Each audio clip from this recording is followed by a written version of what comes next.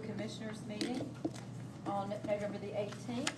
And our first order of business, after calling the meeting to order, if you all would stand with us for a moment of silence.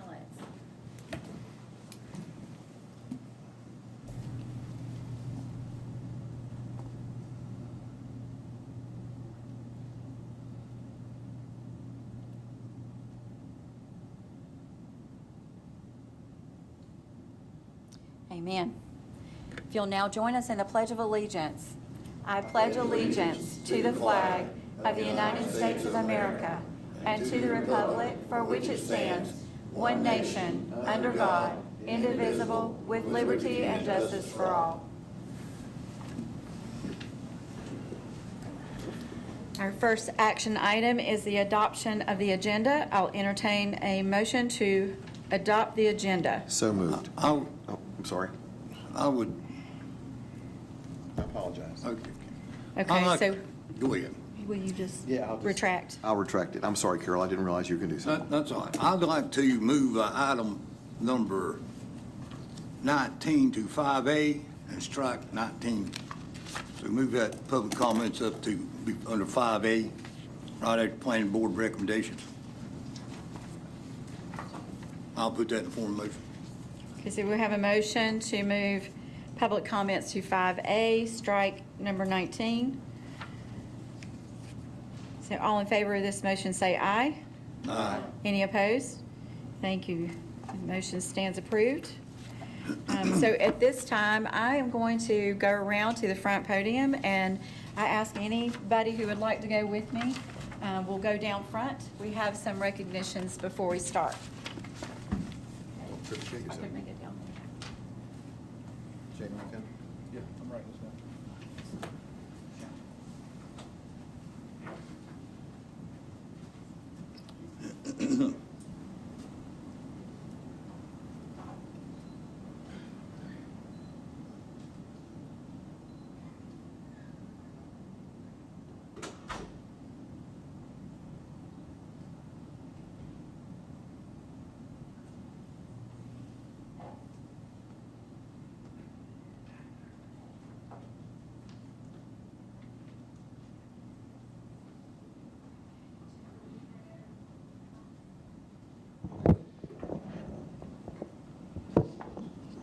That'd be great.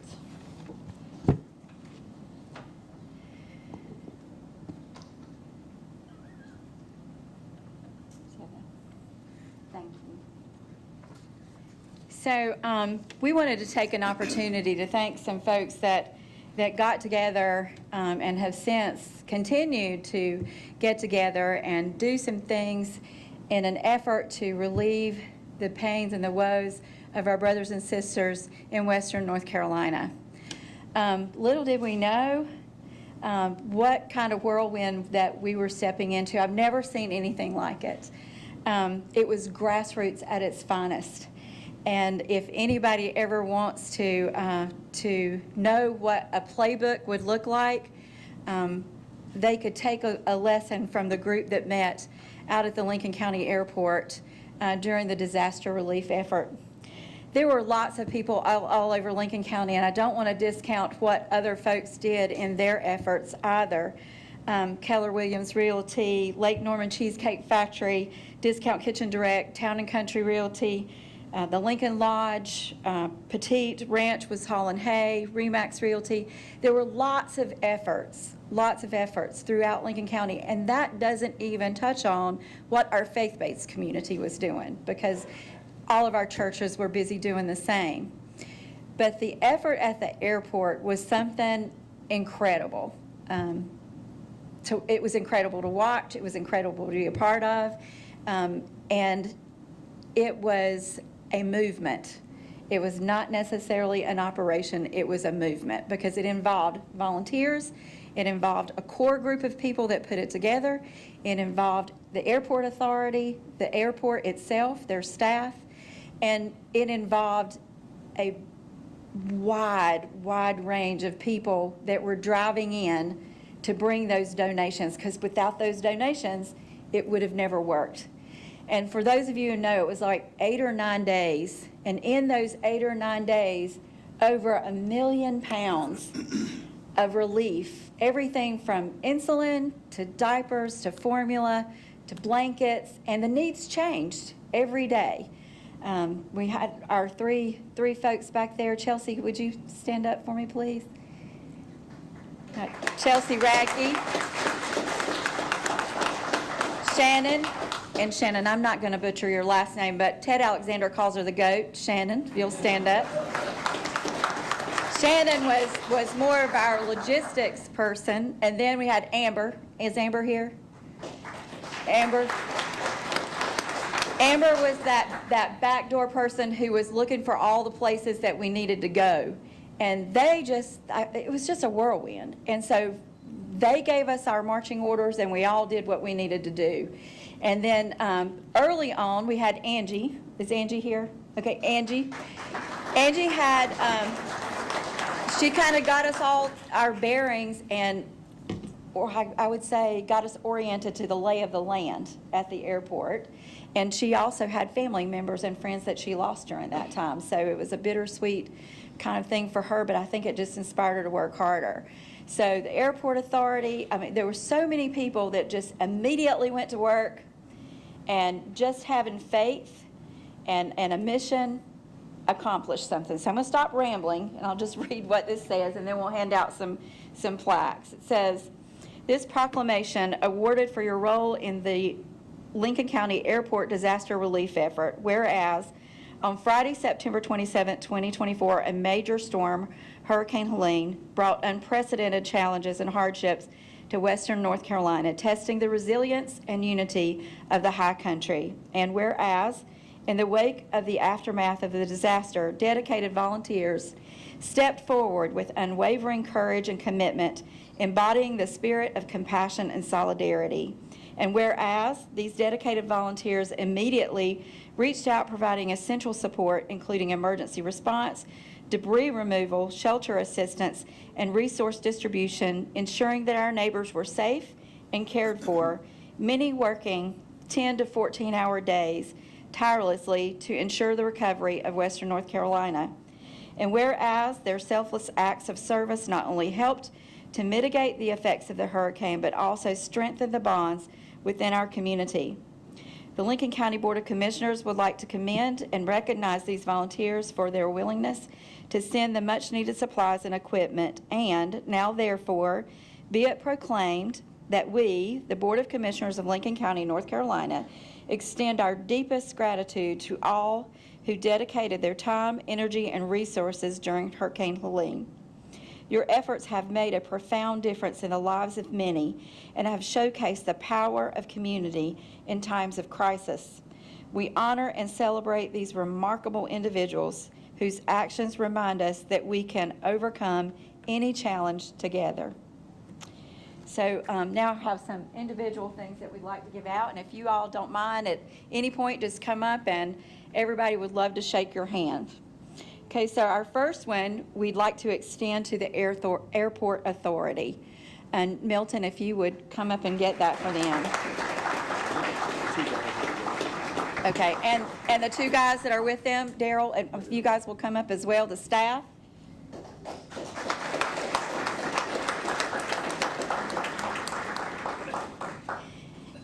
We kind of all moved in there and took over their space, and they were very gracious to let us have it.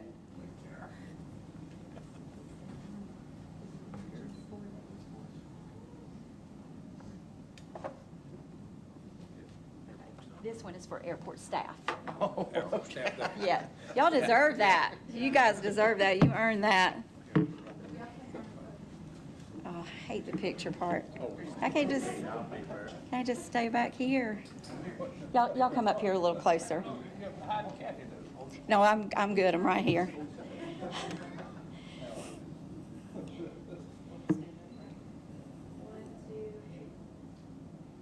Good job.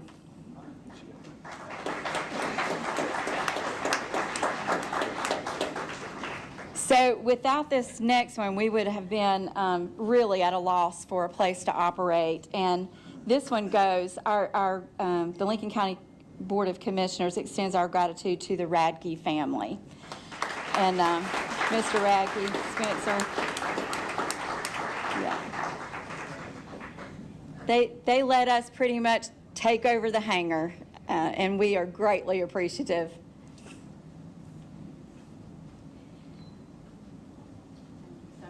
Thank you all.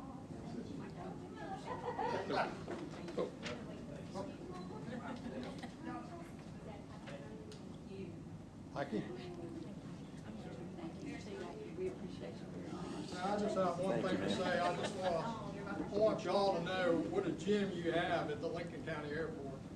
And again, the thanks goes to Chelsea, Amber, and Shannon. Y'all, everybody, those are rock stars. Spencer and I got a call. Spencer got a call Saturday night wanting to know if we could use the hangar for donations. I said, what the heck? Hangar's empty. Let's go. Puts faith back in humanity.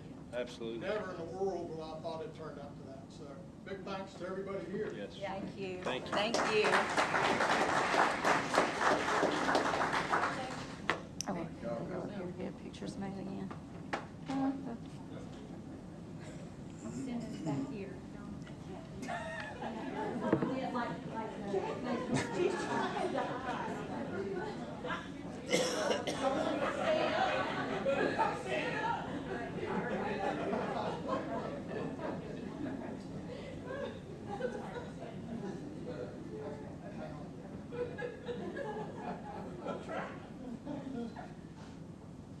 Ready? 1, 2, 3. Wait, 1, 2, 3. Thank you all. Thank you.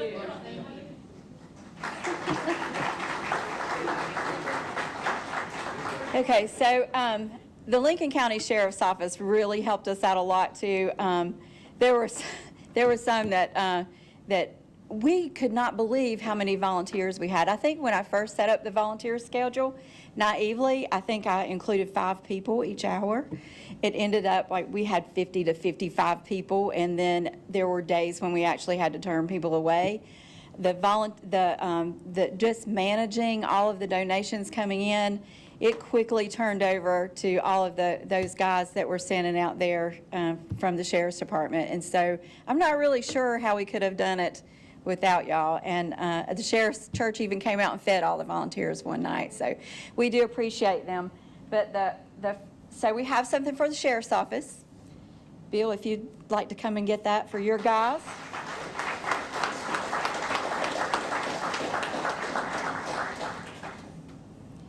And if you have anything you want to say about the effort. Politicians always.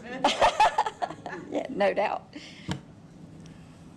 You know, y'all did a heck of a lot. I was just there for moral support, and it worked out real well. It was a mutually beneficial to us all, and make sure there wasn't nobody going to come up there and shut you down or carry you off and all those things. And that's the reason I stayed and stayed and stayed. Frank, and they're getting ready to honor him a little bit. Yep. He did us a heck of a job. And Frank, come on up here so you can get yours. We'll stand up Yep. here together. I don't like being by myself because I'm just one part of the wheel when it comes to the Lincoln County Sheriff's Office.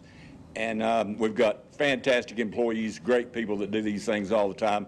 Frank did a yeoman's job out there. We had a lot of other volunteers. Of course, you had every SRO we had in the county there for a couple of days because school was closed, and that worked out great too. And everything just seemed to, because when you got a righteous cause, everything just worked out. And y'all really made it work. I'm just so proud of being a part of it.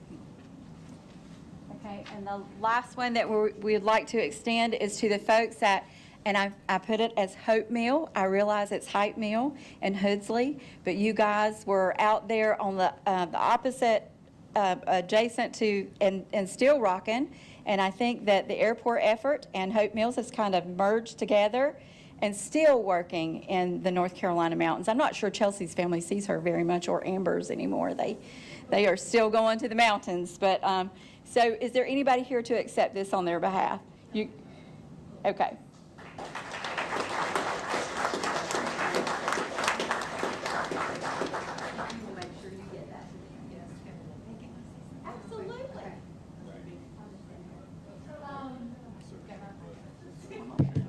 I'm pretty loud, but I'll take the mic. I wanted to just say that the group at the airport, it's nice to see everybody, and we smell a lot better tonight. So this has been really nice. After this, we are going to go to Casa Azul and have dinner. I think it's around 7:15 if y'all want to meet us. I don't know if that message got out. We've been chaos organization in all realms of life. So if that message didn't get to you, that's what we're doing. I have a couple of things that I want to say, but I'm an emotional person, so bear with me. So I didn't realize what we were doing at the airport. And then I kind of figured out what we were doing at the airport on like day 5. And then we moved out into the actual areas where these people are devastated. And we started meeting the families and hearing the stories and meeting the people within the communities, the mountain mamas, and I'm calling them the mountain papas, because there are people out there that are taking what we've given them and what we continue to get to them, and they're taking it into these areas where they still don't have power, they still don't have maybe transportation or road access.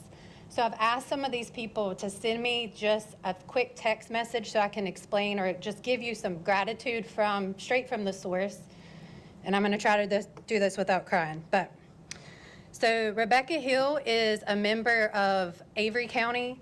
She's lived there for probably 30 years. Her dad's a preacher at one of the churches there. She's helped Minneapolis, Roaring Creek, Frank, Spear. And we've been sending her and taking supplies up to her since week 1. She actually has been running generators up into the mountains with MRE buckets during week 1 and getting the elderly communities set up so that they could be okay for the first couple of weeks until they knew that they had help. But this is what she sent me. I would just like to personally thank each and every one of you that volunteered your time, money, and supplies to our area here at North Toe River and all of Avery County. We have come a long way since September 27th, but we have even a longer way to go. People like you are what has gotten us through. I personally have not met anyone that insurance or FEMA has helped. All of it has been denial letters. And these are my family, friends, and neighbors that have lost everything, complete homes, family members, cars, and sometimes even the property their homes were on are completely missing. Thank you for having a heart for our area. There are not enough words to express our gratefulness and thankfulness for the wonderful people who stood up with us and have helped us. But please do not forget us. We still have a long way to go, and our needs are changing. The needs are building supplies, materials, all of them to rebuild our homes. And after all of these homes are rebuilt, we need appliances and furniture.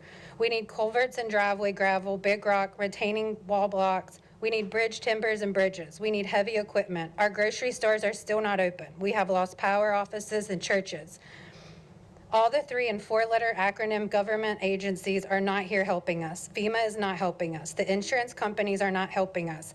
But people like you, all of you, are the people that are continuing to help us rebuild our homes and communities.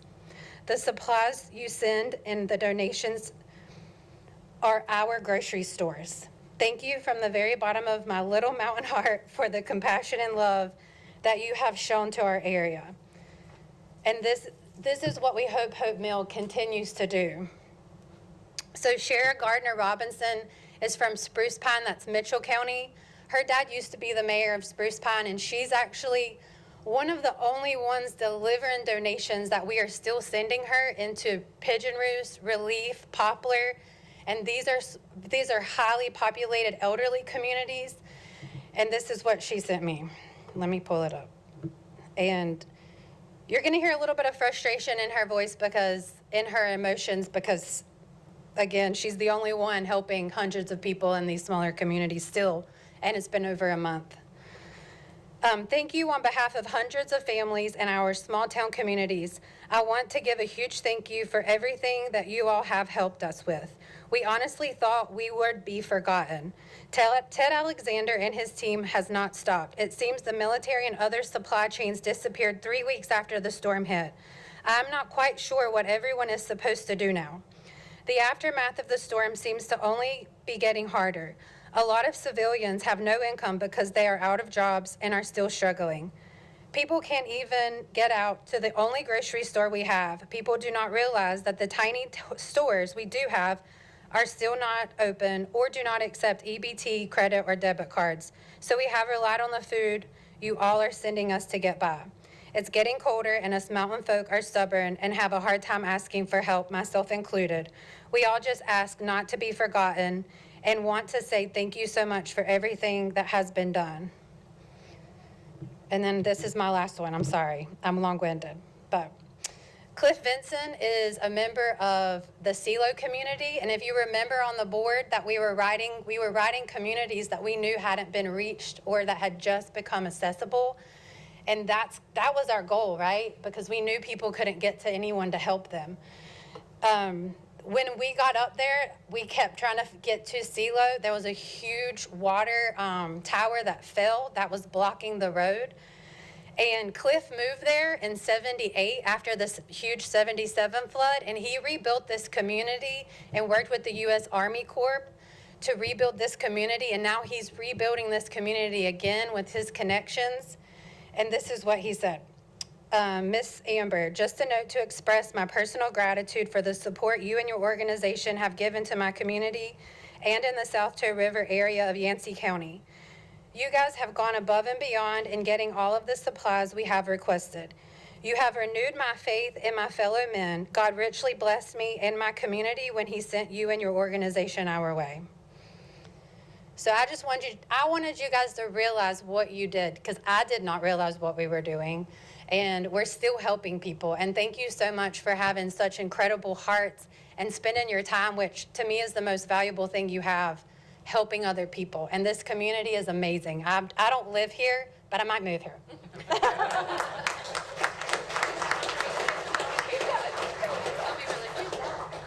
Okay, I'm Chelsea, and I just wanted to say, there's Raymond. A real big part in what we did too. He wasn't here, but yeah, I just wanted to say, looking out at all these faces, and one of them was like, I've never seen your hair down. Your hair's curly? Yes, like over the weekend, I'm like, yeah, I don't think you've ever seen me bathed, but you guys are angels on earth, the salt of the earth, and looking out. I mean, nothing could have happened at the airport if it wasn't for this group, every single one of you, from Shannon and Angie and Daryl and all the airport people and my father-in-law and my brother-in-law who just jumped into action, and we kind of made it up as we went, and people would show up at the airport and it's like, what do we do? And it's like, buckle up. This is a cowboy operation, and that's exactly how we ran, and we're kind of still doing that. But I wanted to take a second. I love all of them, and we'll talk at dinner, but I wanted to take a second and kind of recognize Jamie, who literally kept me alive on the last days I was getting the shakes and he was shoving Reese's in my mouth right here. I mean, he took care of us, and I mean, if we needed it, we asked Jamie, and it was like within minutes, it was there. And this angel right here, Kathy Davis, the second day, people were showing up and like, Kathy Davis sent us here. And I'm like, who's Kathy Davis? And not because she's not important, but I'm a Catawba County girl. I live in Lincoln County, but I was born and raised in Catawba County. And she walks up and I'm like, are you here to volunteer too? Did Kathy Davis send you? And she's like, I'm Kathy Davis. And I was like, Kathy Davis, you're an angel. Thank you, God, for sending all these people to help us.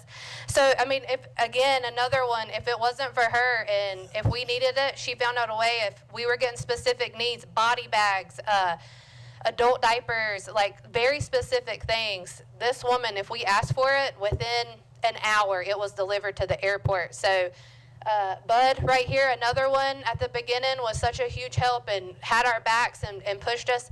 Vanessa, she's back here taking pictures. She's another one. She kind of got us some attention too. So let's give them a round of applause, because we couldn't have done it without them.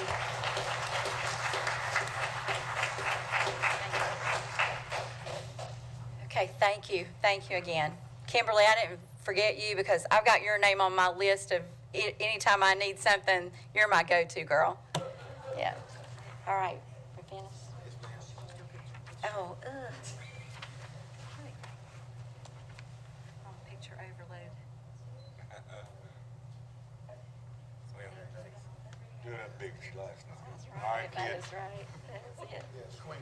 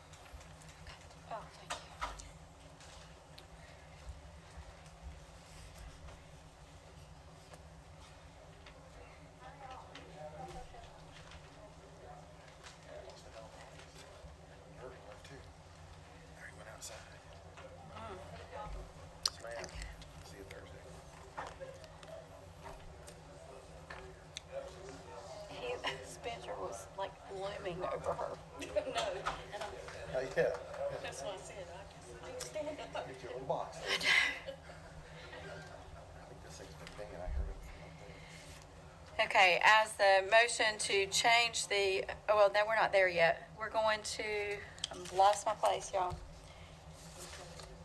I got 20. Okay, so now we will, yeah. I'll entertain a motion to approve the consent agenda. So moved. Have a motion, all in favor, say aye. Aye. Any opposed? Okay. So next we have the presentation of the annual audit.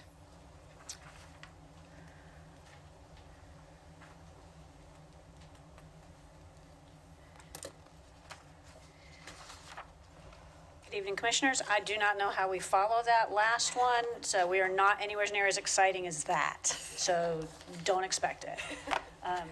Somehow this works. That turned out okay. Yeah. This is Brandy. She is with Martin Starnes and Associates, who is our external auditors, and she is going to present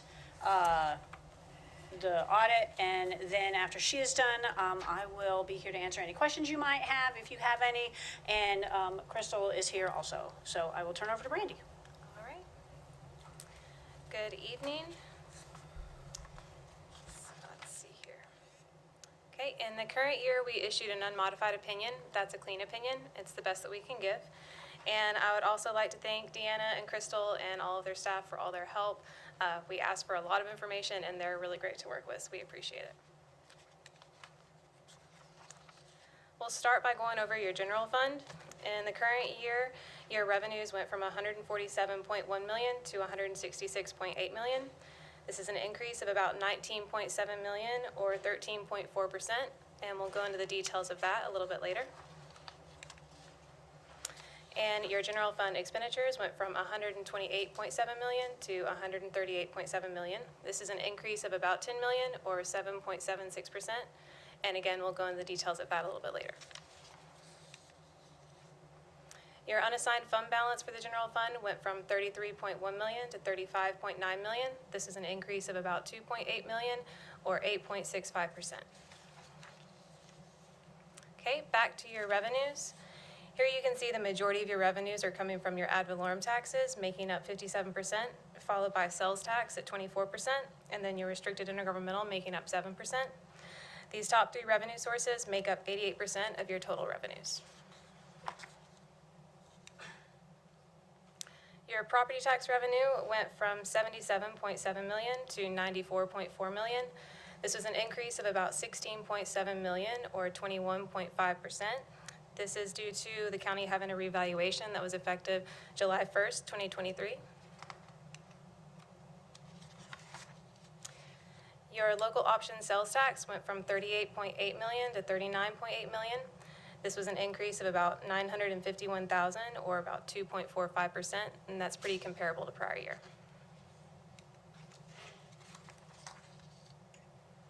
Your restricted intergovernmental went from $13.1 million to $12.2 million. This is a decrease of about $950,000, or 7.21%.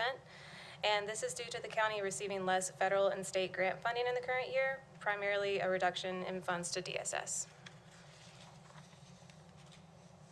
Okay, on into your expenditures. The majority of your expenses are coming from the Public Safety Department, making up 30%. Followed by education at 24%, and then human services at 15%. These top three expenditures make up about 70% of your expenses. Public safety went from $37.1 million to $42.1 million. This is an increase of about $5 million, or 13.5%. And this is mainly due to the purchase of a building for the Sheriff's Department, along with several purchases of vehicles. We also noted an increase in salaries and benefits due to a COLA in the current year. Your education expenses went from $29.2 million to $33.3 million. This is an increase of about $4 million, or about 14%. And the county increased its current expense funding to Lincoln County schools in the current year. And human services went from $19.9 million to $21.3 million. This was an increase of about $1.3 million, or 6.787%. And this is mainly due to an increase in your human services Human Services Special Appropriations for Partner Behavioral Health. And we also noted an increase in your salaries and benefits here as well. Okay, on into your enterprise fund. Your solid waste revenues were about 8 million. Your expenses were about 6.2 million. Then you had transfers in of 650,000, which left you with total income of about 2.4 million. And then for water sewer, you had about 20 million in revenues, 16.3 million in expenses. You had a transfer out of about 530,000, which left you with a total income of 3.2 million. Your unrestricted net position for solid waste was 603,000, and it was 41.5 million for water sewer fund. As part of our audit, we do a quick ratio for your enterprise funds where we compare your current assets over your current liabilities. This measures the fund's ability to pay current bills. The LGC is normally concerned with a quick ratio that is less than 1. So for your water sewer fund, you had 9.57 in the prior year, and that increased to 9.64 in the current year, so you're well above that threshold. And here is that same ratio for your solid waste fund. That was 6.71 in the prior year and 8.34 in the current year, so again, you're well above that threshold. For your water sewer fund, we looked at your unrestricted cash over your total expenses, less depreciation, plus debt service principal. This is an indicator that calculates how many months of expenses a unit can pay based on the amounts of unrestricted cash at year end. A typical billing cycle is 1 month or 8.33%. So the LGC's minimum for this is 16%, and Lincoln County had 294%. So again, you're well above that threshold. And we also look at your operating net income for the water sewer fund. In 2023, that was 2.1 million, and that increased to 2.8 million in the current year. The LGC is normally concerned if this is less than 0, so again, you're well above that threshold. And to conclude, we did not have any findings in the current year. We also did not have any performance indicators identified. The county did have a timely audit submission, and your report has already been approved by the LGC. That's all I have. Are there any questions? Do you have a question? Yes, ma'am. So the fund balance is at 35 million, is that what I understood? That's the unassigned, yes. That's what you can appropriate for any reason. Everything else is restricted, committed, or assigned. Yes, ma'am. And what percentage is that? Well, the board authorized 20, sorry, the board authorized 20% at one time. Where are we now? Oh gosh, I don't know that off the top of my head. We're still pretty close because, do we have that in here? Hold on, Crystal will find it. She finds everything. Okay, thank you. But just to comment, I know she was talking about the performance indicators for water and sewer and the unrestricted cash and such. Remember, we do have revenue bonds that require us to have specific reserves and things like that. So a lot of what we do for the water and sewer fund is mandated by those revenue bond covenants. I'll keep talking. Are there any other questions while she is looking that up? I just had one. I'm assuming that you do other county governments, and I wanted to ask a question about the sales tax. It seems like ours held steady, still being almost $1 million over what was projected or last year. So is that pretty much true to form? And the one thing that I have, there was actually an email that went out last week. Durham County is really on top of sales tax. They have a person in there, I think he's in their budget department, and he does a lot of Power BI stuff with sales tax, and he is cautioning people to be very careful because sales tax has actually come in lower in most counties so far this year. I did look at the Lincoln County numbers, and we're holding steady about 1 to 2% above where we were at this time last year. We have been very fortunate. Reason for my question is I'd read some Yes. articles about. Yes, it people, coming down. they're saying to be cautious on your sales tax. Now, again, this is the results for '24. Right. Remember, we are now in '25, and in fiscal '25, we were much more aggressive and more realistic with our sales tax that we budgeted. We increased that budget quite several $1 million for 25, the year that we're in, to more accurately reflect what we think we're going to get. If sales tax takes a nosedive, you know, we have fund balance enough to absorb a year or two of that. So I'm not too concerned. That's why we have an unassigned fund balance in case something happens. But we do need to be careful. We cannot expect the 7, 8, 10, 12% increases in sales tax that we've seen the last 4 and 5 years, because it just, they're saying it's not there. Were you able to find that? To add on to that, that's kind of what our expectation has been, is that we're expecting to see a decrease, but Yeah, Oh, sorry. she's really soft-spoken. sorry. To add on to that, we had to have an expectation of what we kind of expect to see, and then we have to look at your true numbers. And as just kind of how the economy has been going, we've been expecting to see a decrease in that. But so far, we've been continuing to see an increase. But as she said, it's just something to be cautious of. And I'll say about the unassigned, I think it went up to 35 million in our budget for 25, and I'm going off the top of my head here, is about 166 million in the general fund, if I'm not mistaken. So you're about 21%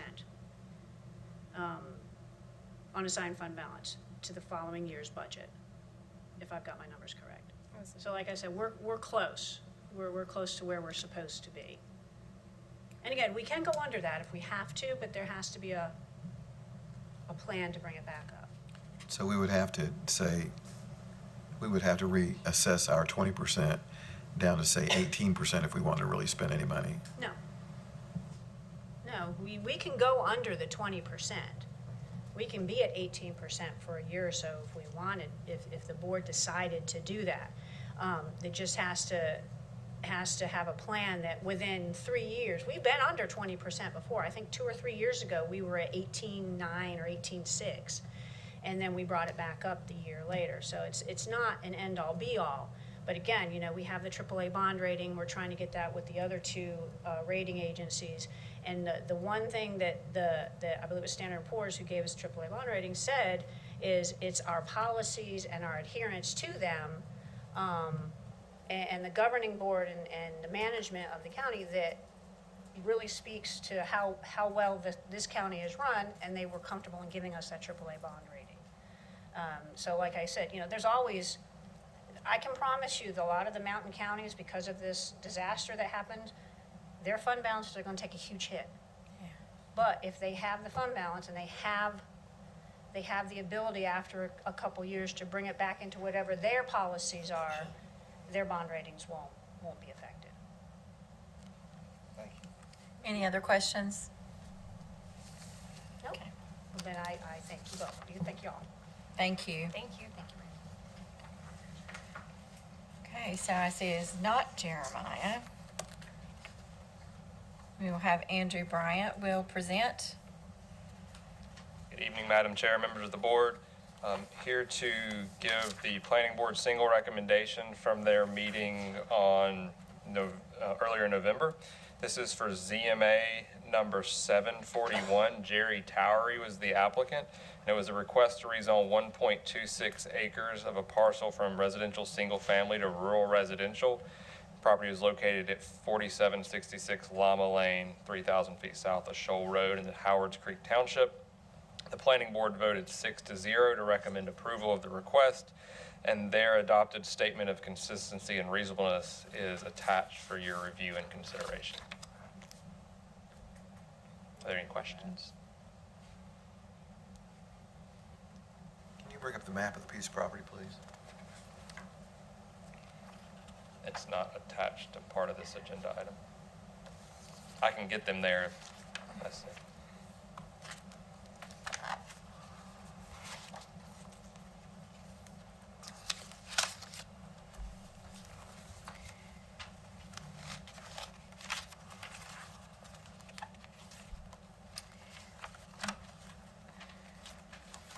It's not in the packet. Nope, it's okay. Okay, any questions? It's not in the back. It's okay.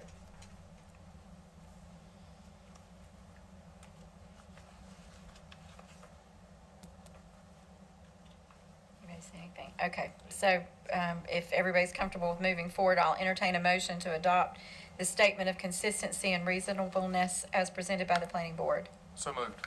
So I have a motion by Commissioner Lineberger. Any discussion? Hearing none, all in favor indicate by saying aye. Aye. Any opposed?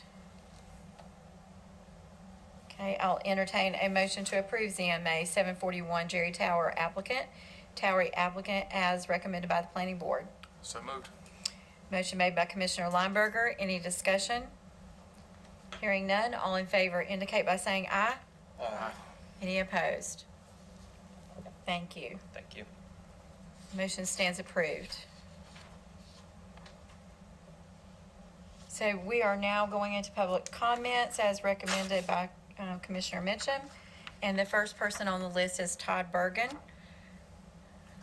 Todd, you know to state your name and your address when you reach the podium. Todd Bergen, 602 South Cedar Street, Lincolnton. I come before you tonight to question the termination of HR Director Candy Stevens. First of all, let me say that I agree with that termination. She committed a crime. She should have been terminated. There was also a second person involved in that crime, and she's now the HR Director. That's what I don't understand. I don't understand why the commissioners or the county attorney hasn't stepped in and asked why she's still employed. I'm assuming all of you know that she was part of that crime. Anyone not know that? I take that you do or you don't. I'm not sure what that means because nobody's kind of... Because it's public comments, Todd. It's public comments. Yeah. So, but just to make sure everyone that's here tonight understands that you all do know that, I think Commissioner Mitchum stated that. Is that not correct, Commissioner Mitchum? That is true. So I guess I don't understand why you would leave the fox in the hen house. So you want to state what that crime is? Well, sure, the crime is that that Candy and Miss Abernathy helped Commissioner Mitchum with his campaign with county property. All y'all know that, right? Anybody not know that? Mr. Bergen, this is a personnel matter. We can't comment on it. I understand that, and I don't expect you to comment on any of it. But I guess the next question really is that if you all know that and you've done nothing about it, you have basically conspired to obstruct justice. That's exactly what's taking place. You conspired to obstruct justice by firing one person. Again, I agree with that termination. Don't misunderstand that at all. I agree with it totally. I don't understand why you didn't fire the other one. Anyway, Okay. thank you for your time. Thank you. Okay, and our second person signed up to speak is Sonia Gales. And Sonia, if you would just state your name and your address when you reach the podium, please. Sonia Gales, 182 Killiam Farm Road, Stanley, North Carolina. Thank you for taking the time. I'm sure you all are aware of the email that I sent over the last couple of months. The first one in September concerning the sewer. I represent my family and including my niece for water and sewer easements related to the River Bend project. I have properties, my family has properties being affected in both ends of that. And I sent the email to you guys. I want you to know I support the success and the development and the growth of Lincoln County. And I want to do things and I want to try to help that happen. So I am not opposed to those things. But I want you to know that I have been in good faith trying to work through these easements. And I saw on the agenda on Friday, the condemnations are coming. That's what you're voting on tonight. And I just want you to understand the timeline that I sent you guys and to know that I am working with them. And I just don't think that's fair of the way to treat Lincoln County citizens. I just don't think that's what we want to do and how we work together. And I think there are solutions out there. I understand there's deadlines. I understand there's things that need to be done. But I also think we can find solutions to work together. I'm not opposed to the water at all. I am opposed to the sewer crossing property in Lincoln County and not being given access to that. But that being said, I can come to an agreement about it, but I need to be given time, and adequate time, and adequate documents and pictures and things like that. So I just want you to know that before you vote on that tonight. Thank you. Thank you.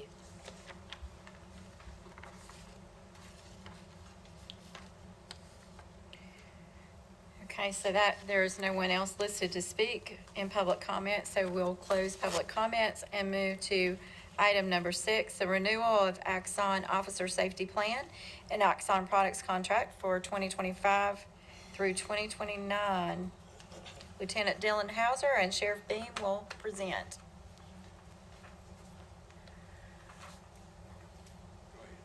Good evening, Commissioners. Thank you for allowing us to be here. This is for renewal for our Axon Officer Safety Plan and their Axon products that we currently have been using since February of 2021. So it includes all of the body cameras, all of our tasers, all of our virtual reality interview systems that the Sheriff's Office currently uses to document digital evidence and provide less lethal force options as far as use for calls for service. So the renewal of this will include that continuation for the next approximate 5 years for the use of those, upgrade to Taser 10, which is the newest less lethal weapon from Axon, body cameras for all the officers, and now the continue upgrade for our body cameras for all detention officers at our Sheriff's Office staff, in addition to the virtual reality training program, continuing that for everybody, and our use of the starting of the real-time crime operations fuses to connect some of the camera systems that we have across the county as well. There will be no budget impact as far as the approval of this for this year. This includes as far as our contract payment that is normal in December of this year, and this will start us off on July of next year. That gets us back on a normal fiscal year, so we're not kind of in the middle of that in budgeting purposes. And locks in that price? It does, yes, ma'am. 5 years ago, this time of the year, 5 years ago, is when we actually started into the body cam business. And this is a continuation of that. That was that original 5-year contract. This is going to get it back on a regular cycle, so we don't have to do this in the part years. And for myself personally, I want to say thank you to this board. Bud, Jamie, y'all are going to continue to be here, but I want to go out of my way to make sure Anita, Kathy, Carol, I appreciate everything that y'all have done for law enforcement. We started this 5 years ago. It brought us into the 20th century. It brought us into making sure that not only we're transparent, and we've always been transparent with the community, but now we can absolutely show that. It's been a great tool that we've been able to use for the community, for our officers. When somebody comes up and says, you did this and this and this, well, guess what? Right here it is on video. And that didn't happen, and that's the way it ends up most of the time. But I want you to know how much it's meant to this agency, along with all the other things that you did in that time. We put our officers in new body armor that is within warranty time. It's not 14 years old. We upgraded our SWAT team and the many other things that y'all bit the bullet on and did for law enforcement in these years. And I want you to know how much I appreciate each and every one of you for what you did. It's not easy to do. You could easily just said, y'all need to do something else, but you didn't. You stood tall, and I appreciate your concern for public safety and the citizens of this county. Thank you so much for the job you've done over the years. Thank you, thank you. It's been an honor to serve, sir. Any questions about what we're doing here? I move that we accept. Okay, so I have a motion by Commissioner Cecina. Any further discussion? Hearing none, all in favor indicate by saying aye. Aye. Any opposed? The motion stands approved. Thank you. Appreciate your service. Okay, Ms. Rios.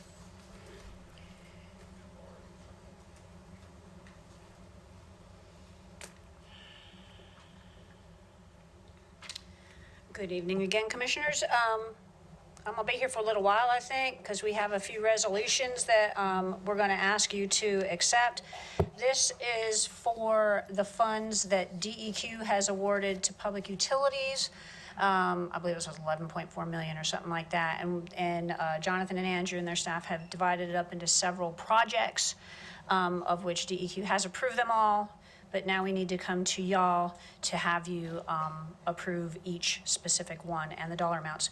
The first one is $1,428,250 for the Laboratory Road Water Main Extension Project.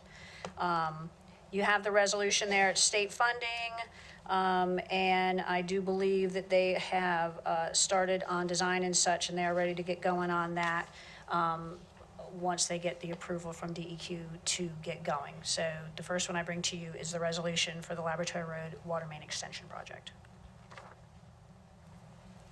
Okay, any questions? Hearing none, I'll entertain a motion to adopt the resolution. I make that motion. I have a motion by Commissioner McCall. Any discussion? Mouse going. Any discussion? Hearing none, all in favor indicate by saying aye. Aye. Any opposed? Thank you. The motion stands approved. You may continue. Okay, the next one is $2,265,684 for the Bethel Booster Pump Station Relocation Project. I do believe this is water. This is water. I kept calling it sewer because it's a pump station, and Jonathan's like, no, this is water.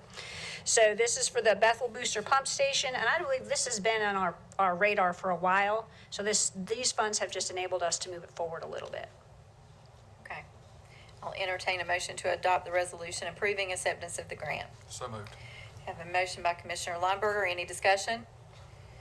Hearing none, all in favor indicate by saying aye. Aye. Any opposed? The motion stands approved. Next is $1,111,000 for a SCADA system upgrades and extension.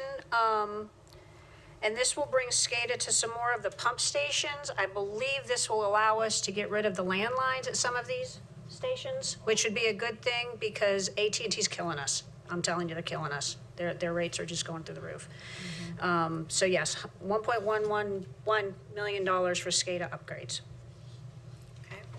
So I'll entertain a motion to adopt the resolution approving the acceptance of the grant funds. So moved. Have a motion by Commissioner Lineberger. Any discussion? Hearing none, all in favor indicate by saying aye. Aye. Any opposed? Thank Can I ask a you. quick question while she's up there and since she opened the door? Yep. What are we doing with AT&T? I can't speak in public what I'd like to do with them because the sheriff would come and get me. Well, But, I'm kind of with you on that, and I don't know why we utilize their services, I must say. They're the only ones out there. They're the only ones that provide copper lines right now. I mean, you have to have copper lines for a landline on some of these pump stations. So if the water level gets too high, it calls out and says, hey, there's a problem here, so they come and do it. You can't, I don't know, I think you could do it with a cell service, but it might be a little different. I know SCADA takes care of that. We also have to use AT&T for elevator lines because it has to be a copper line. I've gone over this with Ben, what can we get rid of? And we've gotten rid of a lot of lines that we don't utilize anymore, trust me. But AT&T's little thing is, oh, now you're not under a contract. We're gonna increase your rate 7 times. And literally, I've had these conversations with them every month, if you can get them to respond to you. I was going to say, if you get to talk to a human person. Well, even get them to email you. So we're looking to get as far away from them as we possibly can, and I hope they're watching this meeting tonight, and I'd say it to their face. Deanna, Yes, sir. be nice. No, it's okay. I'm being nice, I'm just telling I'm you. perfectly fine with her being that way because I have found them to be very difficult to do business with, and they like to cut lines, and they like to be difficult. It seems that's their business model, is being difficult. So Yeah, every AT&T bill paid by the county comes through me now. So I know where it is, who's paying for it, what are we paying for, and we've gotten rid of a lot of them just because, if people don't realize, some of the things we looked at was, oh, wait, we got Spectrum down at the airport a couple months ago, so we've cut all those AT&T lines. But certain things, there's still, you can't get away from them. But we're working on it, and that was one of them that will help us. And I wanted to add that, repeat a little bit, we are systematically looking at those needs where we can go around to other alternatives. So it takes a little while because we continue to even find lines sometimes that we have that we no longer need, but we are systematically going through those and where they're located, where we work with IT and our staff and utilities to identify. If we have alternative methods that's within affordable range, we usually will select to go that direction. And I'm telling you, not paying them usually gets their attention. And then they email me and say, hey, this hasn't been paid. I'm like, where is it? What is it? And we can get through and figure, because a lot of the lines, we didn't know where they were. Not the ones with SCADA, we knew where they were. But there's a lot of lines that the county's charged for that we just didn't know where they were. But now we do. So like I said, we're working on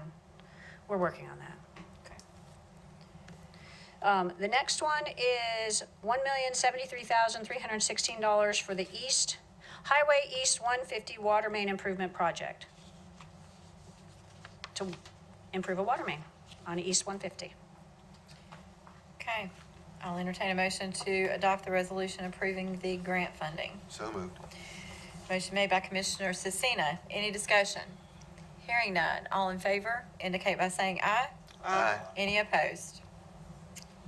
Okay, two more. The next one's $400,000 for the purchase of an asset management system. This is something utilities has been asking for a few years. With these funds, we will be able to get that up and running for them to keep track of whatever they need to keep track of. 11. Okay, I'll entertain a motion to adopt the resolution approving acceptance of the grant funds. So moved. Have a motion by Commissioner McCall. Any discussion? Hearing none. All in favor indicate by saying aye. Aye. Any opposed? The motion stands approved. And lastly, we have $5 million of these funds will be utilized for the AMI water meter upgrade project. We talked about this, I believe, 2 budget cycles ago, so about a year and a half, 20 months ago, about making the water meters AMI so that we can read them remotely. This will not do the entire county like we were discussing a couple years ago, but we really don't need to do the entire county. I believe we're going to go as far as we can, starting in the east, and I think this should take care of a lot of the Denver Iron Station area and make those meters AMI so they can be read remotely. Okay, I'll entertain a motion to adopt the resolution approving acceptance of the grant. So moved. Motion made by Commissioner McCall. Any discussion? Hearing none. All in favor indicate by saying aye. Aye. Any opposed? Okay, so Deanna, who applied for all these grants? Staff within the department? Well, I'd like to thank them for taking that initiative because not everybody in all our departments takes initiative to apply for grants. And this is a lot of money that comes our way that is necessary. So And they've got a thank lot. you. I know they're not easy. Yeah. I know those grants are not fun at all. So thank you And for they've taking got the time. they've gotten a lot of grant funds, and it's going to allow them to do a lot of great stuff for the county, for the Yep. utility system in the next few years. Thank you all for that. Thank you. Okay, next on our agenda is the award and approval of funds for the stacking lane at Pumpkin Center Intermediate School, and John Henry will present. Good evening, Commissioners. 2 corrections on this first agenda item. One, you've already approved the funds for this project. I believe that was done at the first meeting in October. So we were directed by the board to research and build stacking lanes to get traffic off of King Wilkinson at Pumpkin Center Intermediate School. We went out with facilities purchasing, and Public Works went out and reviewed the site. We issued bid documents for approximate 1,400 foot long lane, 30 foot wide. It gives you 3 drives. We issued the bids on we received the bids on 11/7. J.T. Russell was the low bid at $350,000, not $365,000. We're requesting that the contract award go to J.T. Russell in the amount of $350,000.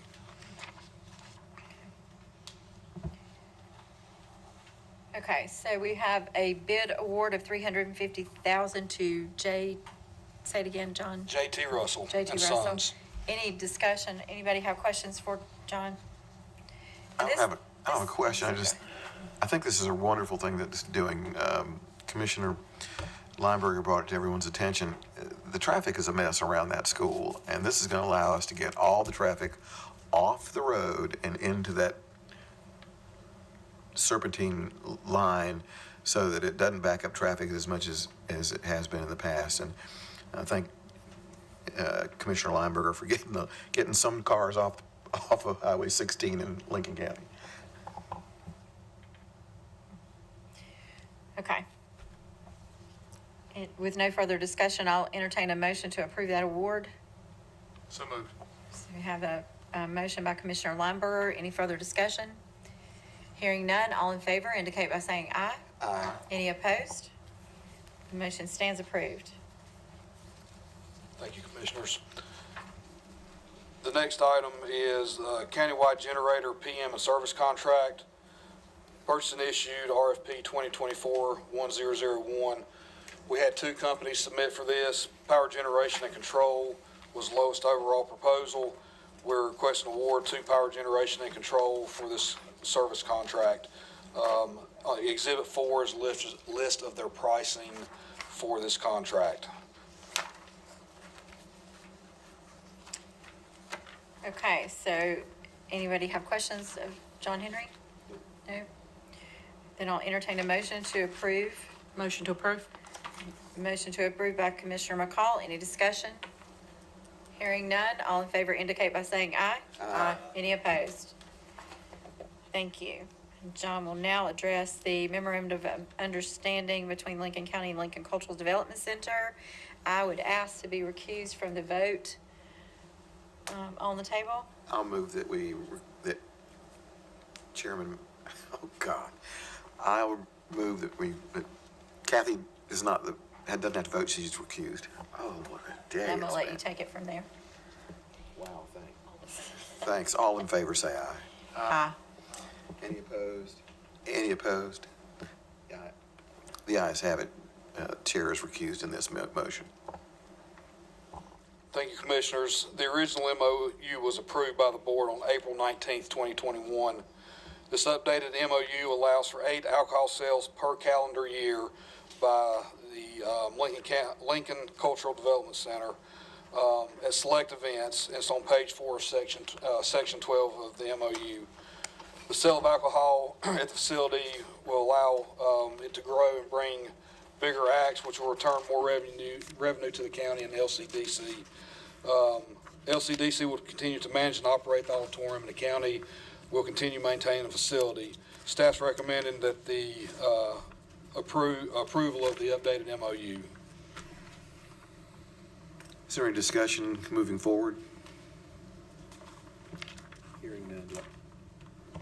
Hearing none, do I have a motion?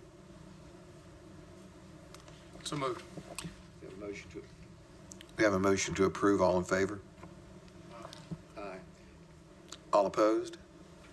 The ayes have it. It's approved. Thank you. Thank you. Okay, another one for John Henry, number 16. This is the tentative award for the off-site water and sewer to serve Riverbend Preserve. Purchased and issued bids in October 2024. We received 2 bids on November 7th, which was the original bid date. We had to rebid this for 7 days, which we opened on November 14th. Fuller and Company Construction was the low bidder. We're asking that the tentative award to Fuller be approved tonight, and there's some changes to this. The number that's there, the full amount will be $22,826,185.20. That is a 5% contingency, or includes a 5% contingency that we're required to carry by DEQ of $1,086,961.20. The amount that's is being put into this from the county is actually from the state of about $18.5 million. Anything over the $18.5 million will be responsibility of the development as per the agreement that was signed. And there's also been an update to the resolution of tentative award, putting that language in the resolution. And so to be real clear, John, this $18 million comes directly from the state of North Carolina for this water and sewer project. Yes, sir. It is not based on the taxpayers of Lincoln County, but throughout the entire state. That's correct. And anything over the $18.5 million, $18,500,000 will be the responsibility of the developer and not of the citizens of Lincoln County. That is correct. Thank you. Okay, so any further questions of John on this particular issue, number 16? Okay, hearing none, I'll entertain a motion to adopt the resolution of tentative award for off-site water and sewer to serve the Riverbend Preserve. So moved. A motion by Commissioner Lineberger. Any further discussion? Hearing none, all in favor indicate by saying aye. Aye. Any opposed? Okay. Number 17, John. This is the same family library early civil package, guaranteed maximum price. We decided to do an early civil package out there while we finished up final design on the vertical construction. J.M. Cope issued an open bids, SCM at R. Denver Precision Grading was the low bidder. We're requesting you accept the GMP for early civil package at $86,438. The estimate, or I'm sorry, the GMP is on the back or on page 2 of the agenda item, if there's any questions. Okay. Any questions? John Henry? No. I make a Okay. motion to approve the same family library early civil pack guaranteed maximum price. Okay, we have a motion by Commissioner Cecina. Any discussion? Hearing none, all in favor indicate by saying aye. Aye. Any opposed? John Henry, before you, I think the next one goes to Megan, but before you sit down, I want to say, because this is essentially my last meeting, but how many buildings do we have in the county? I don't know the buildings, but we're about 800,000 square feet total. Okay. A lot. But I want to thank you for what you and your staff do to maintain our buildings, to make them better, to make them safe. And we are very fortunate in this county to have the diligence that we do with John and his staff. And I just wanted to state that publicly. It's been an honor to work with you, sir. Thank you, ma'am. You as well, and I'll pass that on to my staff. Agreed, thank you. Thank y'all. Okay, so next we move to the resolution to authorize actions for condemnation for expansion of Lincoln County Public Utilities, and Lincoln County Attorney Megan Gilbert is going to take it from there. Thank you, Madam Chair. So before you is a resolution to authorize actions of condemnations. This is under Chapter 40A of the North Carolina General Statutes, which is entitled Eminent Domain. And this is the procedure that we go through to place easements on properties in order to place utilities. This is the same actions that power companies can take, other water and sewer providers, and it's the same actions that NCDOT takes when they come in, expand roads, things like that. So the county has received funding for the expansion of $18.55 million, which I'm sure you guys have never heard. The sewer and water will be provided for public use and benefit. You guys are being asked to authorize these condemnations at this time to keep the project on track. These funds must be encumbered with the state by December 31st of this year. The process for condemnation includes a 30-day notice that must be sent to the homeowners. That notice will be sent this week, so condemnation can be filed prior to year end. What happens in that 30 days? So What can happen in those 30 days? In that 30 days, the property owners are still more than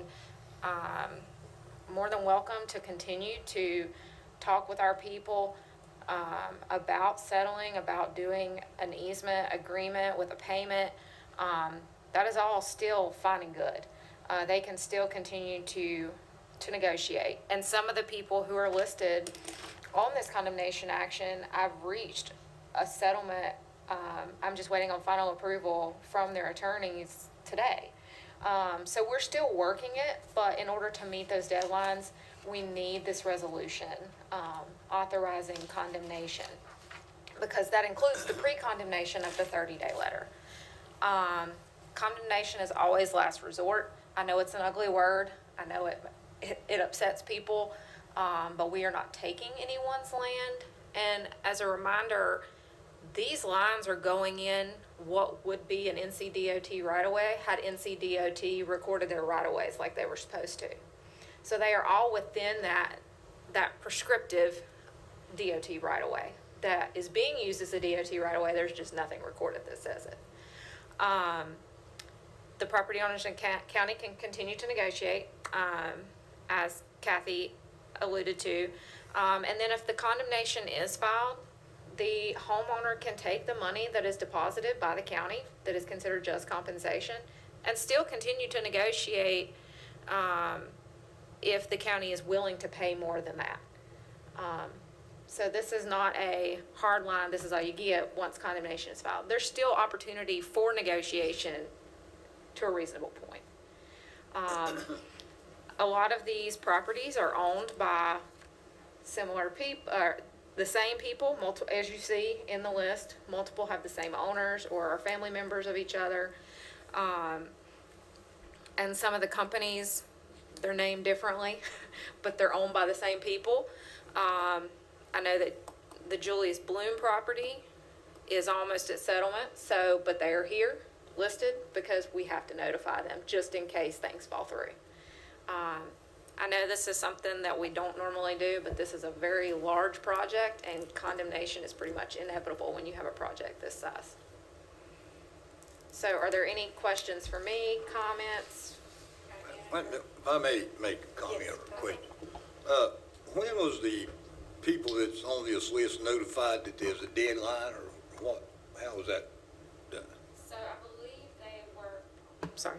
I believe they were notified in September of the properties. I don't have that spreadsheet up in front of me, but I know that negotiations have been ongoing for months. But was there a deadline given to them at all? I'm gonna ask Jonathan. He has been more hands-on with this than anybody.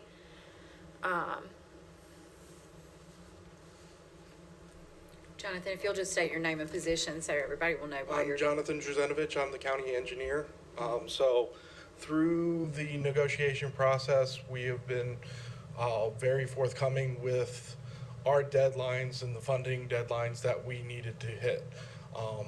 We've told our negotiating partners of PPS that these deadlines were coming up, and they have told people that those deadlines were coming into play. Was the county the one to notify these people, or was it them, the other group? So we hired PPS to do the easement acquisitions on this project because the county does not have the staff to be able to But they do acquire. notifications. And I think we voted on that, did we not, to hire that company to, yes. I don't know particular who gives the notifications, and was there a deadline given to those people? So the notifications were sent out by PPS on behalf of the county. I believe it was August timeframe when they were sent out. Negotiations really started up in September. From that point on, PPS has kept records of all the notifications and calls and door knockings that they have done for each of the individual parcels. So notifications were sent out in September. August. August. August. Negotiations really started up in September. So there was. Negotiations started up in September. That's Yep. correct.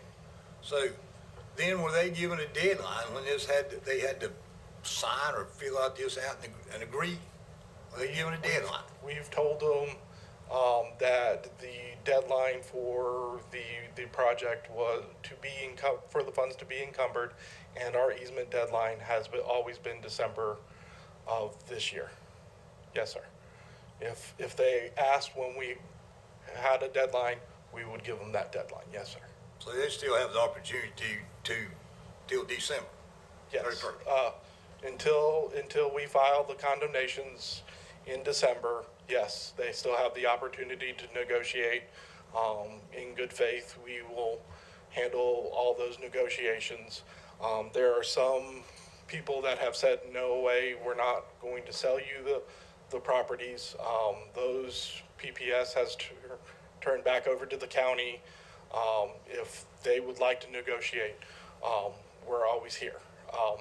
But when you get a direct no, we don't continuously bother people on those things. Okay, if we vote to approve this, those people will still have December 31st to not have their land condemned. The 30 It can days, be met by then. it would be the 30-day, they would get a letter from the attorney, the real estate attorney, saying that we are going into those 30 days, and this is your notification that at the end of those 30 days, that condemnation will be filed.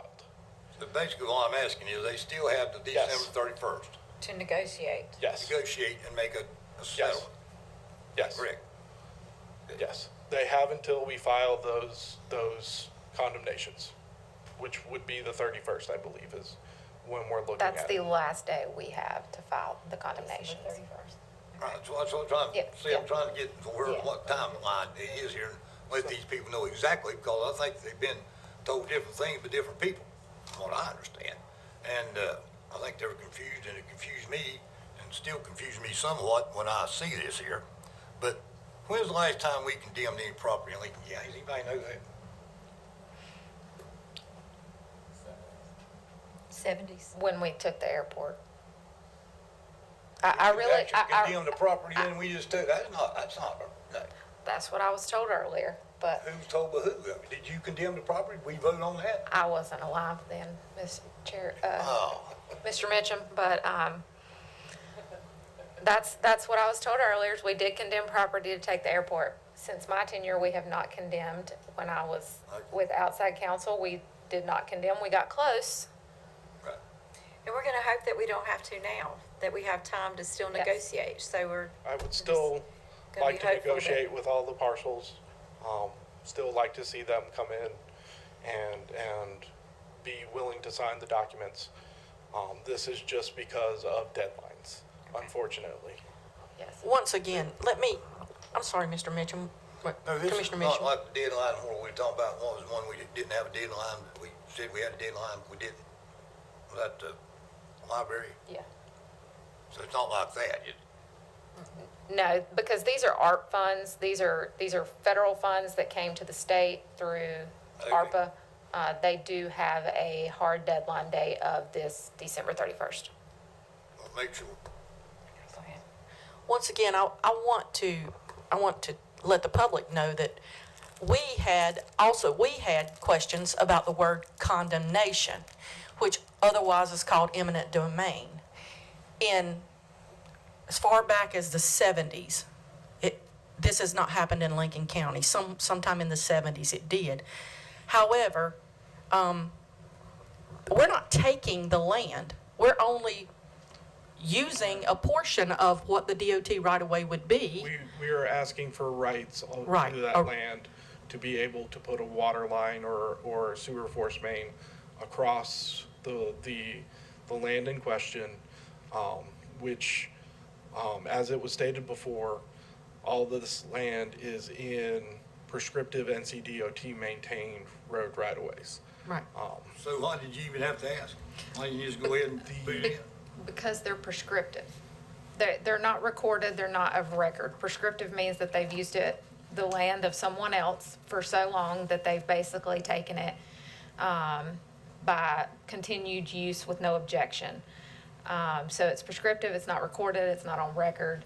So therefore, we don't have that prescriptive easement, so we have to get an easement in writing. And that's why we're not having to get easements on some of these properties, because some of them have recorded right-of-ways, but the ones that do not have prescriptive or recorded right-of-ways, those are the ones with the prescriptive right-of-ways. So we have to do our due diligence and get these easements.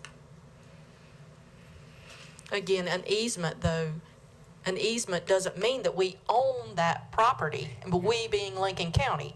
It means that we're being allowed just a right-of-way to put the line, the utility. and be able to come back in there and maintain that right away. Right, understood. That's what I wanted to make clear. Thank you. What's the difference between easement and intimate domain? The difference? Eminent domain is the power of the county to be able to get the easements. The easements themselves give us the rights to be able to put the lines underneath the ground on the properties. Are there any known utilities already in these areas? Those were taken into account.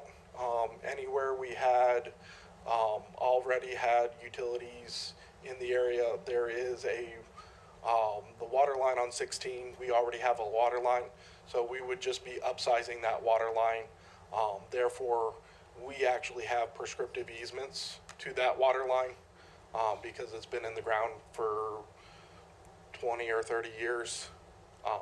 So we would be upsizing that water line inside those prescriptive easements. I mean, is there cable or AT&T or any fiber or anything buried in these areas already? Or that's why I guess More than likely, yes. But those easements typically, I don't want to speak for them, but typically what I see, that they go, there's a right of way here and I'm going to put it in, and unless they see a problem, so unless somebody says something, typically they put them in. They're very disruptive to everybody else, is what I will say. But some of these here does say business highway 16. Those are our sewer force main easements. On the opposite side of the road, those are the force main, the easements necessary to put in that force main that comes from the pump station on the River Bend property that goes directly into the treatment facility.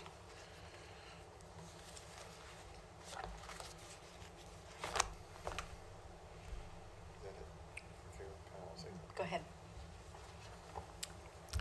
So I don't like this one little bit, and I've made it pretty clear that I don't like this one little bit. I didn't like it when AT&T came across my backyard, my front yard. I don't like it when we force our way into someone else's yard. We are stuck between a rock and a hard place with this because we have agreements with another county.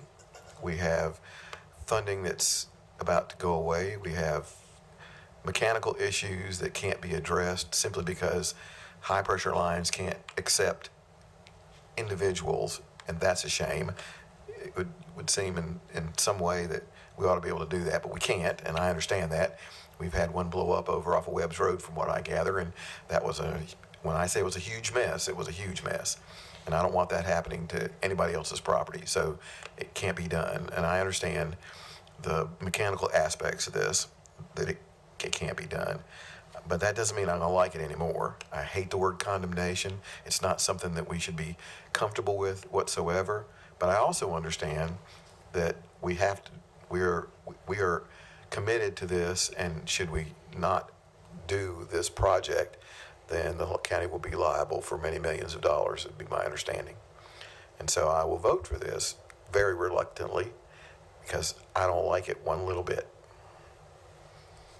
And I'll agree with Bud on that exact determination of easements, but not the intimate domain.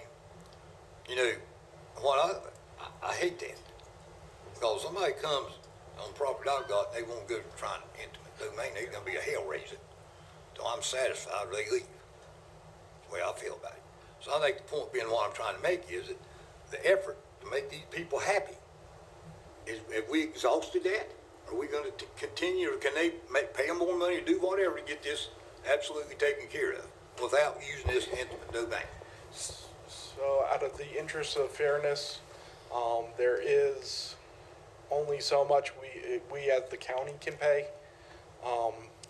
for these easements. We have blanketed across the board $1,000 or the fair market value of the land as the standards will allow for easements.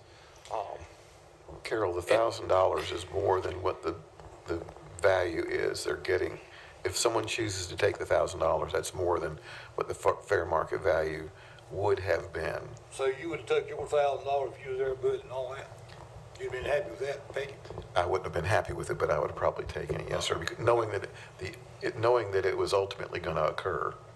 And I understand that, and I think that the good fourth effort to these people to try to reason with them. And I understand you don't need to go overboard with this, but it needs to be, let them know exactly what's going on. And from what I understand, I've been told, and I don't know no more than what I've been told, is that they've been told this, this one comes along and does this, and this says with this one, and is the contractor, are they paying any of these easements or No, these are all county paid out of the $18.5 million state so, funds. but we're not actually paying for it, we're just using the state's money to pay for it. That's correct.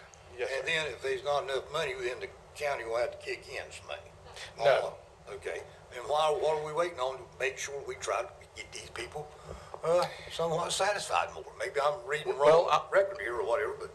Commissioner Mitchell, I'll jump in. I'll turn it over to the county attorney. I think, one, this process is protects the project viability by going through this. We have to get this procedure in place, but it does not, to your point, eliminate those that are under this list to continue to negotiate with the county. But as Jonathan said, this negotiation has a reasonable limit, and that's what we have to adhere to. We set those reasonable limits. If we can't So that's meet, already been set with $1,000? yes, sir. So you're not going to give anything else? To extent, but that doesn't, and I don't think we really, in order to be fair to all the people involved, I don't think we need to really delve too deep into that and to know that the staff can continue to negotiate with those, and that's our intent. We'll continue to open that window to have that negotiation, but there are reasonable limits, and that's why we have to procedurally set this in place in order to protect the project. And I understand the project, it's going to be done. But my whole purpose and what I'm trying to put out to the people is try to get them somewhat satisfied, whatever it may be. And does the developer or whoever, they pay any of this? The developer through the agreements, the interlocal agreements would be. They're responsible. Responsible for whatever is above that $18.5 million. I mean, on the easements or on the property, can the county set a level of $1,000, correct? So then, is it McGill or who? Who is it then? Riverbend, I know it's Riverbend Project, but who's? Riverbend Preserve LLC. Okay, can they kick in money to do that, help with that, if the county doesn't set a level of $1,000? I'm getting the contrast here was the county's gonna go over $1,000. They're not gonna go over. The county looks at both the $1,000, that was our minimum dollar amount to get these easements, as well as the fair market value. We do have some properties that are larger properties that go over that $1,000 mark. Which is When under Exhibit C, the chart that you have on Yes. Exhibit C. Yes, ma'am. That goes up to $2,800 for a parcel of 1.13. But to make it a little simpler, because of the different size of the parcels that it's necessary, for some, if we go by the percentage of the market value, I'll just use an example here. It may be that really that value on that use is $250. But because we're trying to facilitate in the best interest of the project and the citizen, we're offering more than that, double, sometimes triple, depending on the value, in order to expedite that and to get an agreement to show that we're trying to give them more than what the market value is. That's why I said I don't want to quote exact numbers, because it's a lot of parcels, a lot of different elements in that. But that just kind of sets an example that, generally speaking, we're beating that plus. But to your point, Carol, yes, we will continue to negotiate in good faith and continue to try and get these easements outside of that condemnation. Okay, I just want to make sure that the people that's involved in this understands all this. I think there's been some confusion. And knows the timeline. And knows the time. And the time deadline, which is December 31st. Yes. Okay, they understand that it's not a done deal tonight. when we vote on this, correct? Yes, sir. That's what I'll make sure that people knows. Okay? Okay, so I'll need to entertain a motion to adopt the resolution to authorize actions for condemnation for expansion of the Lincoln County Public Utilities. So moved. Have a motion by Commissioner McCall. Any discussion? I'll be voting to go no against this because I don't like the word condemnation. Okay. Condemnation. I'll just say no to that. All right. All in favor indicate by saying aye. Aye. Any opposed? Aye. Okay, the motion stands approved. Thank you, Let's Commissioners. work hard on those negotiations, please. Thank you, Jonathan.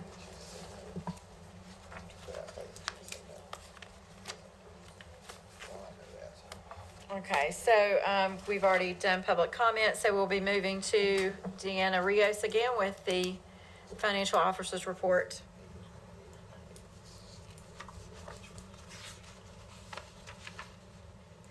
I am talking to y'all more today than I have in the last several months. I know you have. Tonight, we're gonna go over the budget performance report for September, which is 25% of the fiscal year. And still, investment earnings are pretty minimal. A lot of it was pulled back.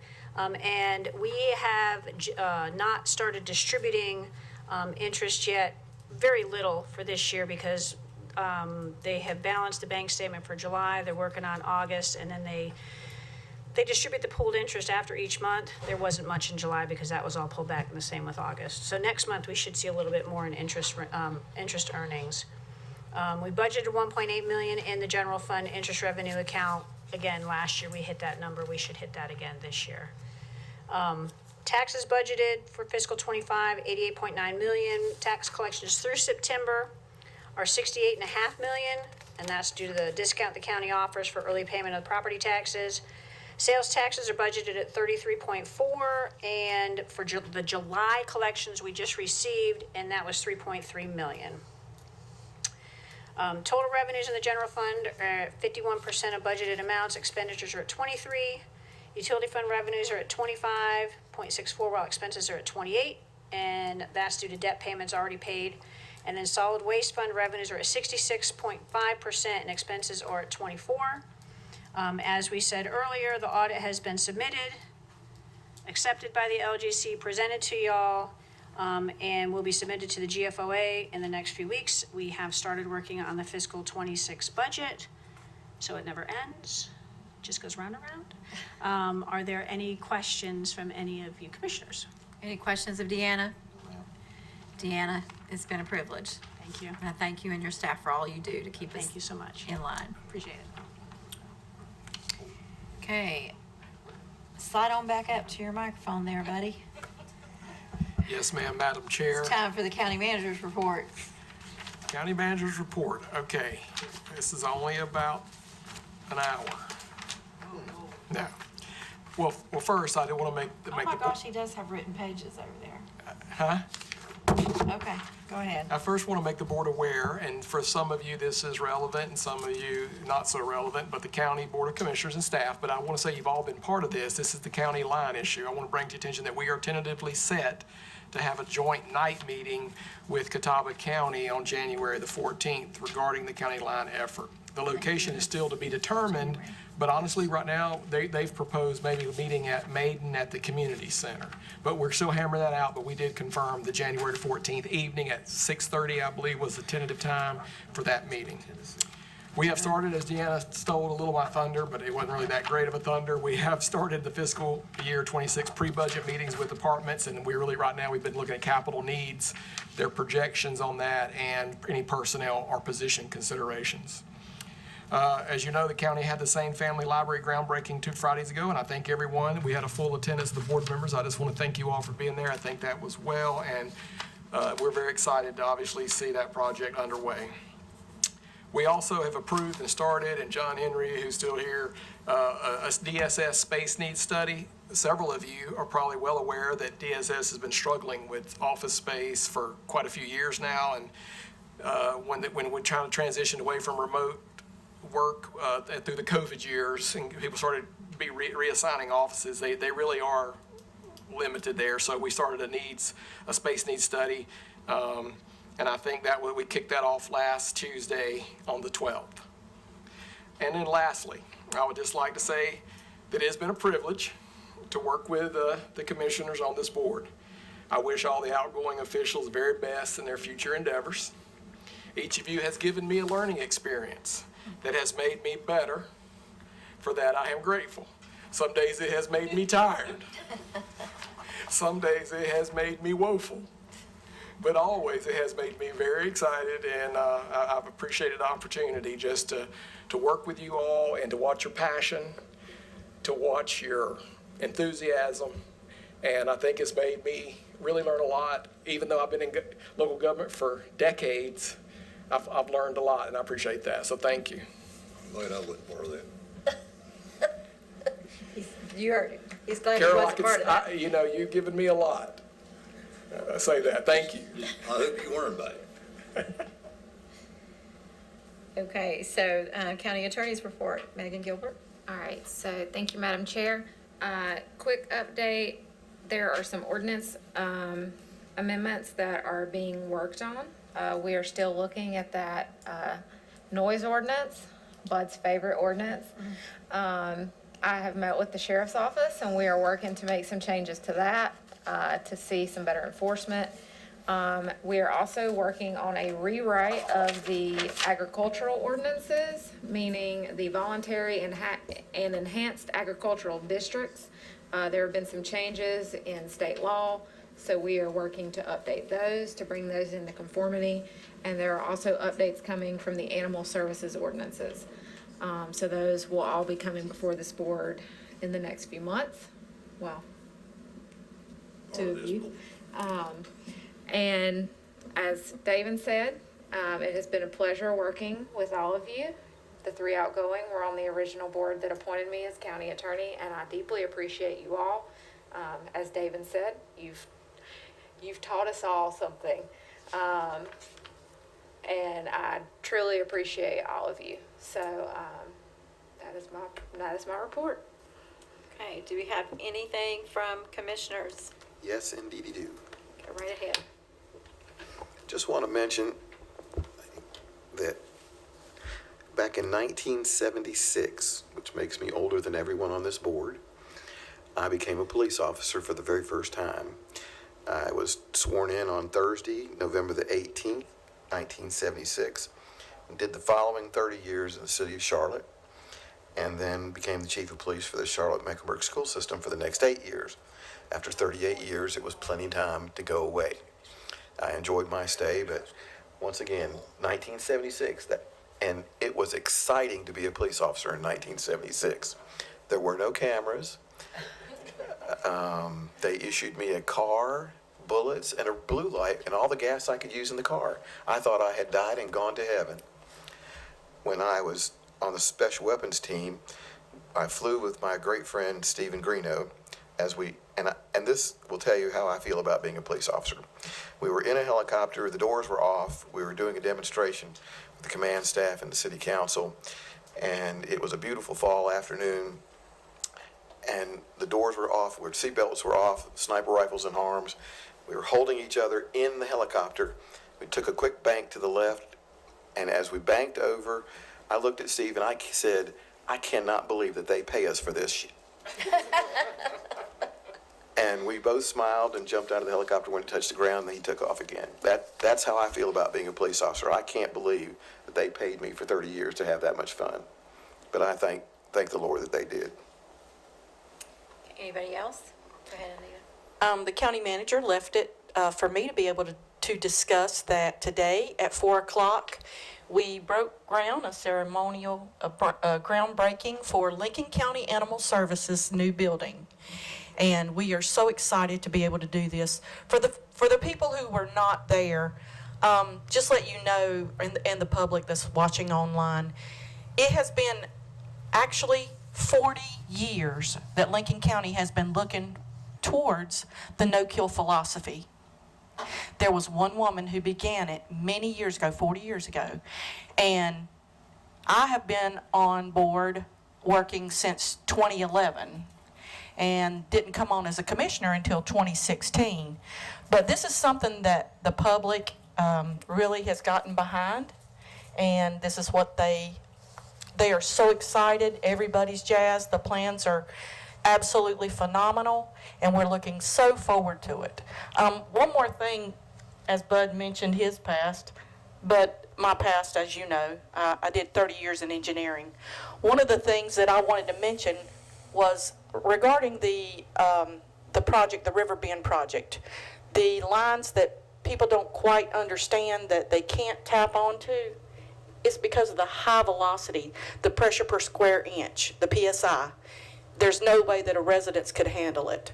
And it's not that we're trying to be difficult, because I wish it was, but I'm telling you, there's no pressure reducing valve that would be able to withstand that. So I just wanted to mention that. Anybody else? I have one thing. Okay. We best last or worst last. Let me say, I've served on the Board of County Commissioners a total of 20 years. I've enjoyed it, still enjoy it, and I've seen a lot of things change, a lot of things come and go.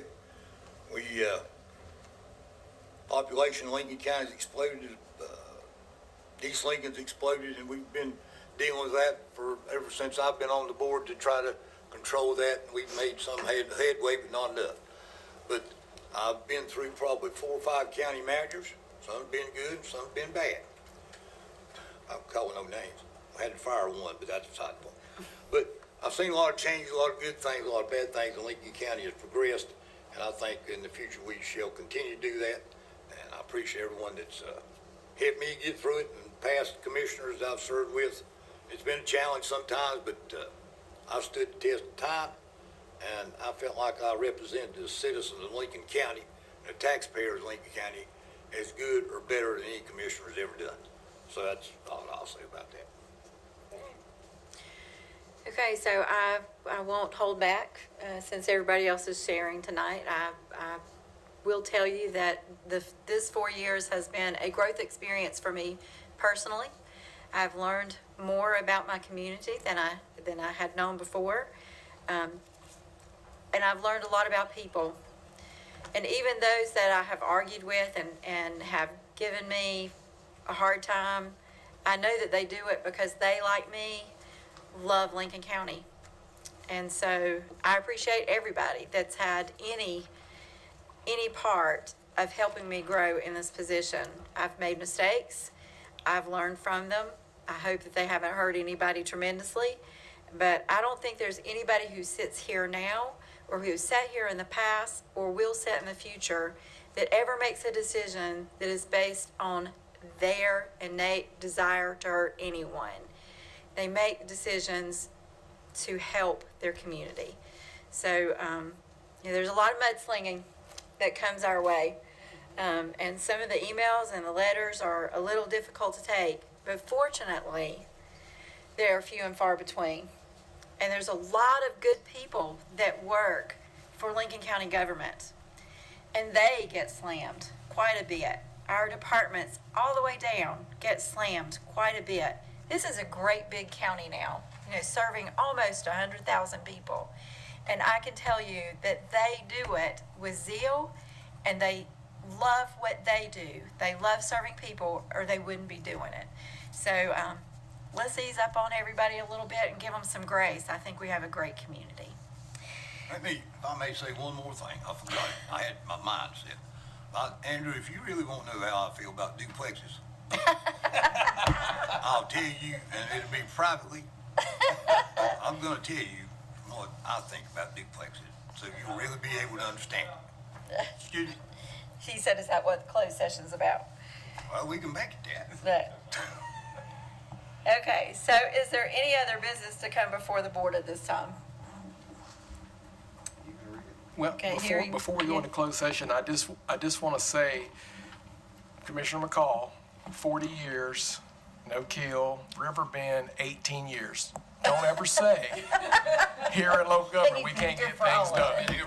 We can't. Carol's been here through most of it. Yeah, so yeah. Don't say we can't get stuff done. Not the 40 years now, let's not get carried away. Okay, so Anita, one last time. Okay.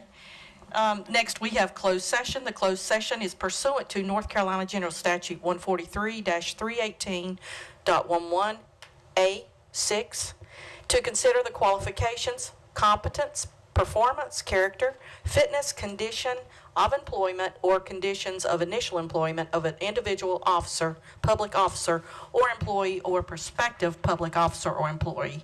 I make that motion for us to enter closed session. Okay, I have a motion to enter into closed session. All in favor? Aye. Any opposed? Okay, so we're now in closed session.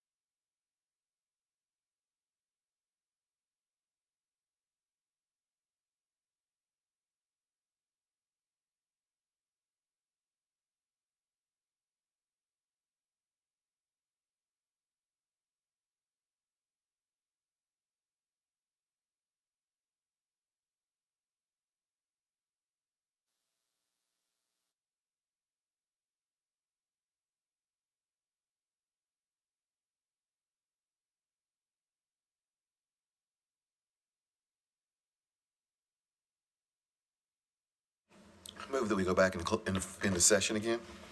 Okay, we're now back in open session. We have one item left in which we need to do, and it is going to be presented by our county attorney. Commissioners, I am asking for a motion to increase the salary of Jennifer Farmer, the clerk to the board, to an annual salary of $65,000, which equates to an hourly rate of $31.25. Okay, I'll make that motion. Okay, we have a motion. All in favor, say aye. Aye. Any opposed? Motion stands approved.